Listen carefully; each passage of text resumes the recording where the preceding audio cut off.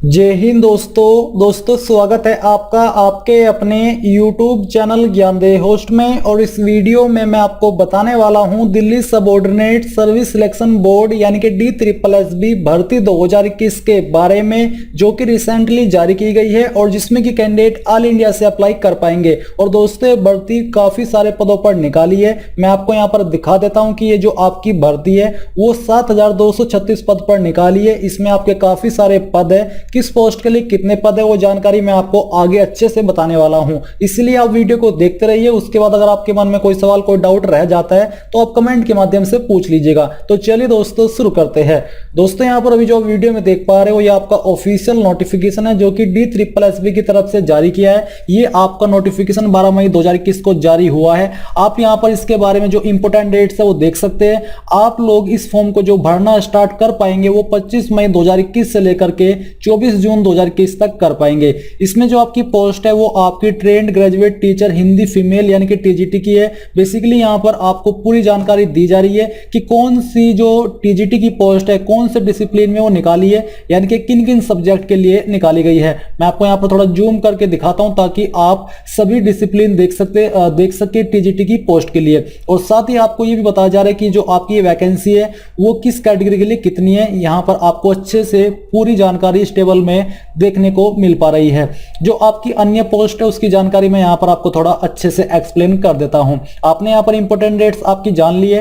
Application fees की बात करें तो जनरल OBC के लिए 100 रुपए है। SC ST PH के लिए कोई एप्लीकेशन फीस नहीं है। साथ ही जो ऑल कैटेगरी फीमेल है यानी कि चाहे आप किसी भी कैटेगरी से बिलोंग करते हो और आप फीमेल हो तो आपको भी अप्लाई करने के लिए कोई एप्लीकेशन फीस पे करने की आवश्यकता नहीं है। बात करें आपकी एज लिमिट की तो जो आपकी ट्रेन ग्रेजुएट टीचर यानी कि TGT की पोस्ट है इस पर आपकी एज 32 साल से कम ही रहनी चाहिए, यानी कि मैक्सिमम एज लिमिट जनरल के लिए 32 साल रखी है। और जो जूनियर सेक्रेटरीट असिस्टेंट LDC की पोस्ट है इस पर आपकी एज लिमिट 18 से 27 साल के बीच रखी है। पटवारी की पोस्ट पर 21 से 27 साल एज लिमिट रखी है। इसके अलावा जो अन्य पोस्ट बच जाती है इन पर आपकी एज लिमिट 30 साल रखी गई है। यहाँ पर दोस्तों ये आपकी जो एज है वो जनरल के लिए।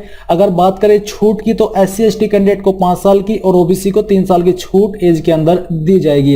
अब आप देख लीजिए कि जो आपकी TGT की पोस्ट है इसके लिए आपके 6258 पद निकाले सभी स्ट्रीम को मिला करके। क्वालिफिकेशन में यहाँ पर आपको बोला है कि bachelor degree in related subject, यानी कि जो भी आपका सब्जेक्ट है उसमें आपकी बैचलर यानी कि ग्रेजुएट डिग्री होनी चाहिए। दूसरा आपको बोला है कि या तो डिग्री या फिर डिप्लोमा इन ट्रेनिंग एजुकेशन। तीसरा आपको बोला है कि CTT एग्जाम पास। जो अन्य विकल्प है उसकी जानकारी मैं आपको ऑफिशियल नोटिफिकेशन से दिखाऊंगा कि उसमें क्या आपको कोई और भी ऑप्शन दिया है इसमें अप्लाई करने के लिए। फिर जो आपके असिस्टेंट टीचर प्राइमरी की पोस्ट है इस पर आपके 554 पद है। अप्लाई करने के लिए आपसे 12वीं जो कि आपने डिप्लोमा इन एलिमेंट्री एजुकेशन के साथ की हो, यानी कि साथ में आपके पास डिप्लोमा भी होना चाहिए। अगर ये नहीं है तो दूसरा विकल्प आपको दिया है bachelor degree with diploma in elementary education, और ये भी आपके पास यानी कि इनमें से कोई क्वालिफिकेशन हो। सेकेंडली आपके पास CTT एग्जाम पास भी होना चाहिए। असिस्टेंट टीचर नर्सरी इसमें आपके यहाँ पर 74 पद है। अप्लाई करने के लिए 12वीं और साथ ही आपके पास NTT ट्रेनिंग या फिर BEd एग्जाम पास होना चाहिए। जूनियर सेक्रेटरियल असिस्टेंट LDC की पोस्ट पर 278 पद है। अप्लाई करने के लिए 10वीं पास, साथ ही आपके पास इंग्लिश टाइपिंग होनी चाहिए जिसमें कि आपकी स्पीड 35 वर्ड पर मिनट हो या फिर हिंदी के अंदर 30 वर्ड पर मिनट हो। काउंसलर के लिए 50 पद है। अप्लाई करने के लिए बैचलर या फिर मास्टर डिग्री जो कि साइकोलॉजी अप्लाइड साइकोलॉजी इसमें होनी चाहिए। हेड क्लर्क के लिए आपके 12 पद है और इस पर आपसे बैचलर डिग्री मांगी है किसी भी स्ट्रीम में, और साथ ही आपके पास कंप्यूटर प्रोफिशिएंसी होनी चाहिए यानी कि आपको कंप्यूटर की नॉलेज होनी चाहिए।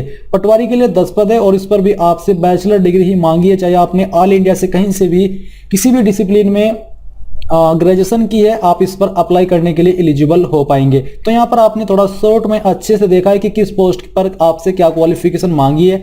बात करें ऑफिशियल नोटिफिकेशन के अकॉर्डिंग तो यहाँ पर आप डिटेल्ड में देख सकते हैं कि किस पोस्ट पर अप्लाई करने के लिए एग्जैक्टली क्या क्वालिफिकेशन मांगी है और कितने विकल्प आपको क्वालिफिकेशन में अप्लाई करने के लिए दिए हैं। जिससे कि जो आपकी यहाँ पर ये पोस्ट है TGT की पोस्ट है इसमें आपके पास ये होनी चाहिए जो कि 55% के साथ हो। ये नहीं है तो आपके पास सेकंड वाली क्वालिफिकेशन होनी चाहिए। ये भी नहीं है तो आपके पास थर्ड वाली क्वालिफिकेशन होनी चाहिए। और साथ ही जो यहाँ पर बोला है कि degree diploma in teaching, knowledge of Hindi is essential यानी कि अनिवार्य है, should have qualified CTT from CBSE, और जो अन्य ऑप्शन है वो भी यहाँ पर आपको दिया गया है। एक्सपीरियंस आपसे कोई नहीं मांगा, और जो पे स्केल है वो आपको 9,300 रुपए से लेकर के 34,800, साथ ही आपको 4,600 रुपए का ग्रेड पे दिया जाएगा। एज लिमिट के बारे में भी आपको यहाँ पर जानकारी दी जा रही है। इसी प्रकार से आप यहाँ पर जो आपके अन्य जो टीजीटी के स्ट्रीम है या फिर कह लीजिए कि सब्जेक्ट है उसकी जानकारी आप यहां पर देख सकते हो। आपको जो विकल्प दिए गए हैं, जिन विकल्प के साथ आप इसमें अप्लाई कर पाएंगे वो सब यहीं पर है। अगर आपको कोई सवाल है इन विकल्प में तो आप पूछ सकते हैं। बेसिकली यही है कि जो विकल्प यहां पर आपको क्वालिफिकेशन में अप्लाई करने के लिए दिए जा रहे हैं, इनमें से अगर आपके पास क्वालिफिकेशन है कोई एक क्वालिफिकेशन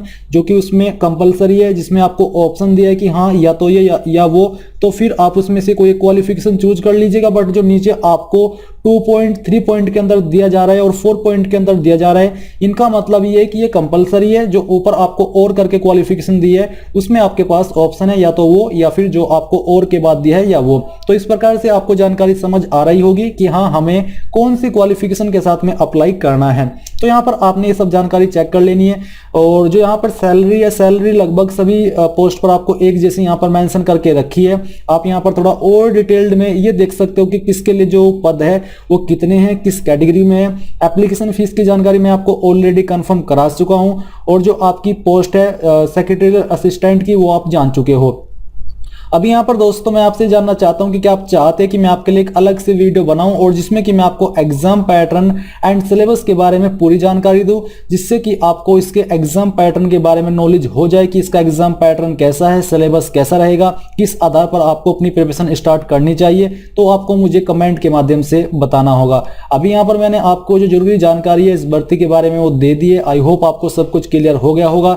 अगर आपको कोई सवाल कोई डाउट रह गया है तो आप कमेंट के माध्यम से बता दीजिएगा। एंड आपसे मैं ये भी जानना चाहूंगा कि क्या आप चाहते हैं कि मैं आपके लिए जब इसका अप्लाई लिंक एक्टिवेट हो फॉर्म फिलअप की वीडियो बनाऊं, तो आपको मुझे कमेंट करके बताना है कि सर हमें फॉर्म फिलअप की वीडियो चाहिए या फिर नहीं चाहिए। तो ये थी आपकी DSSB वेरियस पोस्ट भर्ती 2021 के बारे में पूरी जानकारी। अगर आपको ये जानकारी अच्छी लगी है तो आप इस वीडियो को लाइक शेयर और साथ ही साथ आपके अपने यूट्यूब चैनल ज्ञानदेव होस्ट को सब्सक्राइब करके बेल आइकन को ऑन कर ले।